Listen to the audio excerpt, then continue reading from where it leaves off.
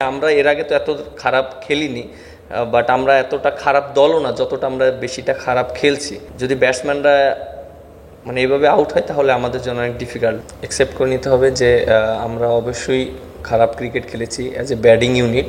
আর ব্যাটসম্যানরা যদি রেসপন্সিবিলিটি না নিয়ে খেলে তাহলে এটা অবশ্যই একটা টিমকে সাফার করবে। বাট আমার কাছে মনে হয় যে আমাদের আরও বেশি রেসপন্সিবিলিটি নেওয়া উচিত প্রত্যেকটা ব্যাটসম্যানকে।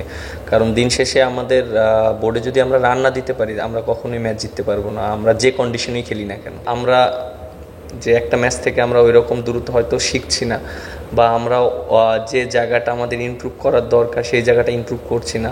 অবশ্যই ল্যাকিংস আছে, আর ল্যাকিংস না থাকলে তো এরকম ব্যাক টু ব্যাক এরকম হবে না। বাট একটা জিনিস এন্ড অফ দ্য ডে আমাদের যারা ব্যাটসম্যান আছে বা আমাদের যারা আছে এদেরকে নিয়ে আমাদেরকে হয়তো আগাতে হবে।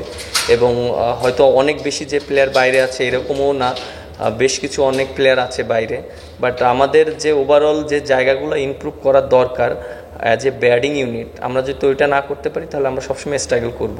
এবং আপনাকে একটা কথা বলি যেটা যে হ্যাঁ আমরা এর আগে তো এত খারাপ খেলিনি, বাট আমরা এতটা খারাপ দলও না যতটা আমরা বেশিটা খারাপ খেলছি। বাট আমার কাছে মনে হয় যে এই জিনিসগুলো যদি আমরা ইমপ্রুভ না করতে পারি তাহলে আমাদের জন্য অনেক আরও আরও আরও টাফ হবে যদি আমরা ইমপ্রুভ না করতে পারি। এবং এই ম্যাচগুলো থেকে যে মিস্টেকগুলো করেছি সেইগুলো যদি আমরা বারবার রিপিট করি তাহলে আমাদের জন্য আরও ডিফিকাল্ট হবে। সবাই কাজ করছে। এখন একটা জিনিস দেখেন, সবাই তো আর ইচ্ছা করে কেউ খারাপ খেলে না, এবং সবাই চেষ্টা করে ভালো ক্রিকেট খেলার জন্যই। অনেক সময় অনেক কিছু ফরে আসে না, আবার অনেক সময় ফরে আসে। বাট খারাপ আমরা সবাই একসাথেই খেলছি। আপনি দেখেন যে একটা দুইটা ব্যাটসম্যান যারাই ভালো খেলছে তারাও আবার আউট হয়ে যাচ্ছে। সো এটাও আমাদের টিমের অনেক সাফার করছে।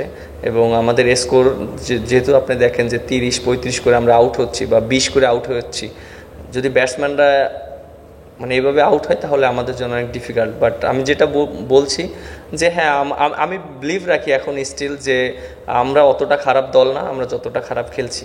দেখেন আপনি যেটা বললেন যে অবশ্যই টিমটা একটু অবশ্যই সবার একটু আছে যে খারাপ লাগছে যে যেহেতু আমরা এই সিরিজটা হেরেছি।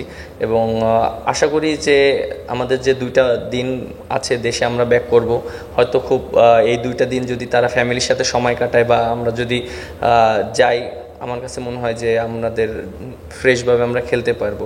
এবং অ্যাজ এ ক্যাপ্টেন হিসাবে যে আমার যেটা চাওয়ার থাকবে টিমের কাছ থেকে যে ব্যাটসম্যানরা যে জায়গাটা ইমপ্রুভ করা দরকার হয়তো রাতারাতি চেঞ্জ করা যাবে না, বাট মেন্টালি স্ট্রংভাবে থাকাটা খুব ইম্পর্টেন্ট। এবং আমার কাছে মনে হয় যে আমাদের কোচিং যারা স্টাফ আছে তারা আমাদেরকে মেন্টালি অনেক সাপোর্ট দিচ্ছে এবং আমাদের বুস্ট আপ করছে। এবং অ্যাজ এ ক্যাপ্টেন হিসাবে আমারও এই জিনিসটাই করা উচিত যে টিমকে বুস্ট আপ করা।